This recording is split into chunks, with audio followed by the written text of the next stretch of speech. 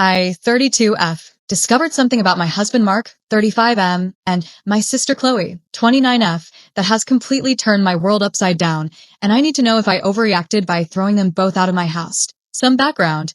Mark and I have been married for 6 years, together for 9. My sister Chloe has been living with us for the past 8 months after she lost her job and couldn't afford her apartment. I was happy to help her get back on her feet. We've always been close, and Mark was supportive of having her stay with us. Chloe has some hygiene issues. She's always been a bit messy, but living with her has been challenging. She leaves dirty dishes everywhere, doesn't clean up after herself, and honestly doesn't shower as often as she should. Mark and I have had several conversations about how to approach this sensitively without hurting her feelings or making her feel unwelcome. What I discovered yesterday has made me question everything I thought I knew about both of them. I came home early from work around 2 p.m. because I had a migraine. Mark works from home and Chloe has been job hunting, so I expected them both to be there. The house was quiet when I walked in, which was unusual. I went upstairs to lie down and heard voices coming from our guest bathroom, the one Chloe has been using. I could hear both Mark and Chloe talking, and it sounded like they were both in the bathroom together. My first thought was that maybe there was a plumbing emergency or something. But as I got closer, I could hear what they were saying, and it was not about plumbing.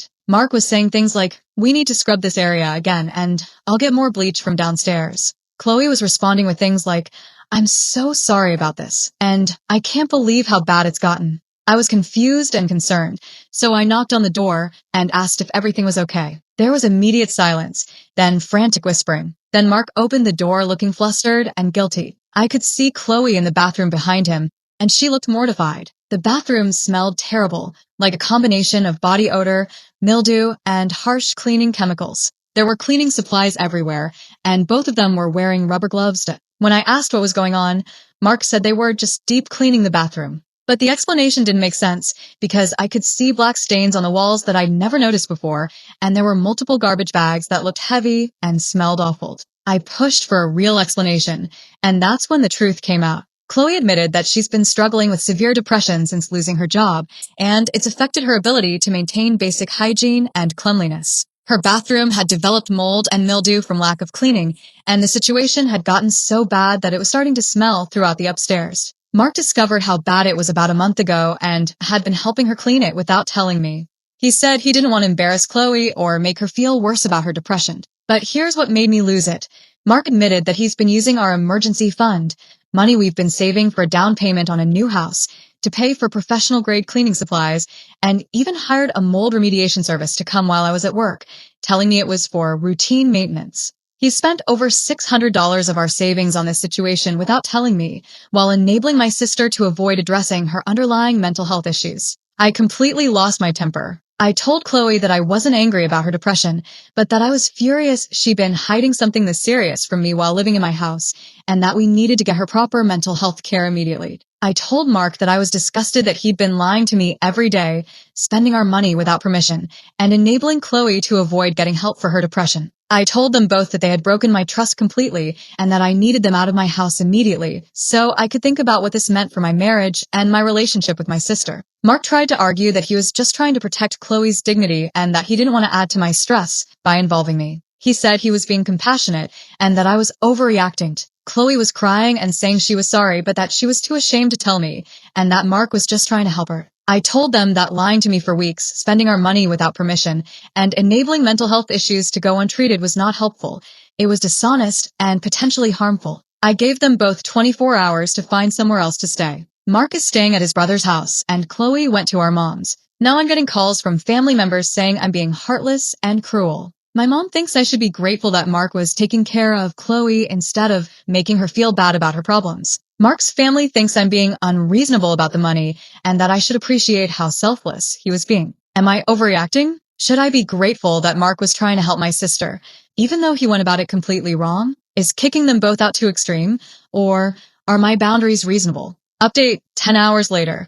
The responses have been helpful in validating that I'm not crazy for being upset. I've been going through our bank statements and the financial deception is worse than I thought. I found charges going back 3 months for cleaning supplies, bathroom fixtures, and what Mark labeled as home maintenance. The mold remediation alone cost $800, plus charges for new flooring, paint, and a ventilation fan. The total is closer to $1,800 from our house fund.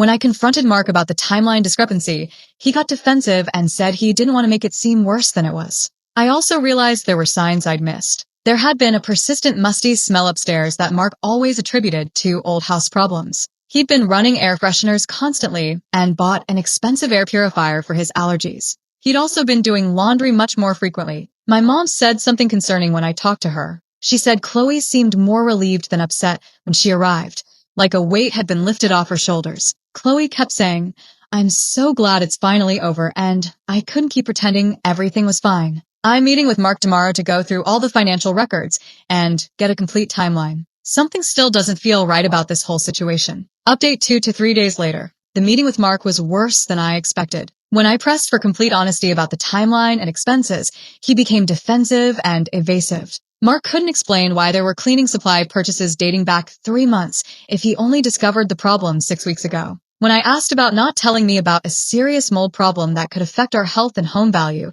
he said he didn't want to worry me. But then Mark said something that bothered me. He mentioned that Chloe had been grateful for his help and affectionate in thanking him for his discretion. When I asked what he meant by affectionate, he backtracked. The fact that Mark didn't want me talking to Chloe directly made me more determined to do exactly that. I met with Chloe for coffee, and her version of events was completely different. She confirmed the depression and bathroom situation, but said Mark had been judgmental and critical, not compassionate. According to Chloe, Mark had made comments about how disgusting she was and said I would be embarrassed if I found out. He told her the problems were putting stress on our marriage and she needed to do something about it. Mark's help came with conditions.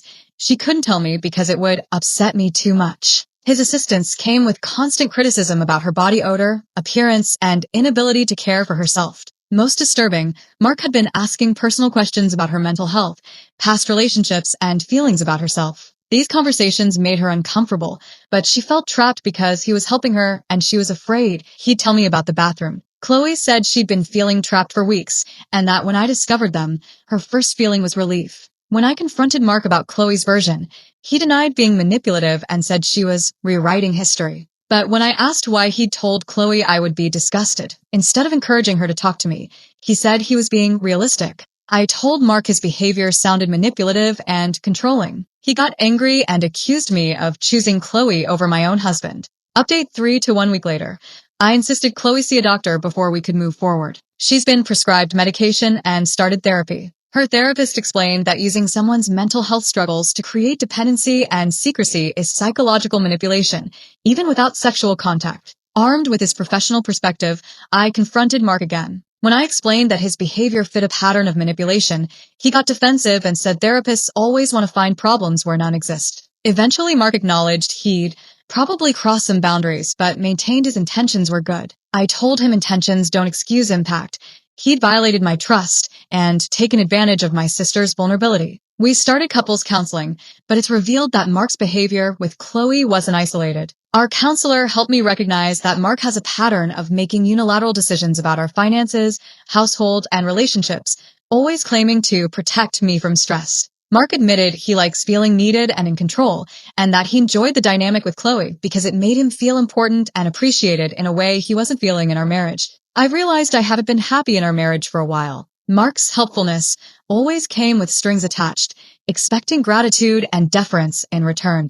After several sessions, I've decided to separate from Mark while I figure out whether these fundamental problems can be addressed. Update 4 to 3 weeks later. During our separation, Mark made some progress in therapy, but continued to minimize his actions and resist taking full responsibility. He maintained that his intentions were good, and I was being overly sensitive. The breaking point came when I learned Mark had been contacting Chloe during our separation, supposedly to apologize. According to Chloe, he was actually trying to get her to advocate for him and downplay his manipulation. He asked her not to mention these conversations to me or her therapist. This incident made me realize Mark had changed his fundamental approach. He was still trying to control information and manipulate outcomes through deception. I filed for divorce 6 weeks ago. During financial disclosure, I discovered Mark's pattern of unauthorized spending was even more extensive, over $8,000 throughout our marriage, always with explanations about protecting me. Final update, 2 months later. The divorce is finalized. Mark tried to reconcile several times, alternating between taking responsibility and blaming me for being unforgiving. The inconsistency confirmed I made the right decision. Chloe has fully recovered and is thriving in her new job and apartment. Our relationship is stronger than ever. I've learned to recognize manipulation and trust my instincts about how I deserve to be treated. I'm much happier living independently and making my own decisions about my life. Mark's willingness to take advantage of my sister's mental health crisis revealed his true character. I'm grateful this happened because it freed me from a marriage built on deception and control.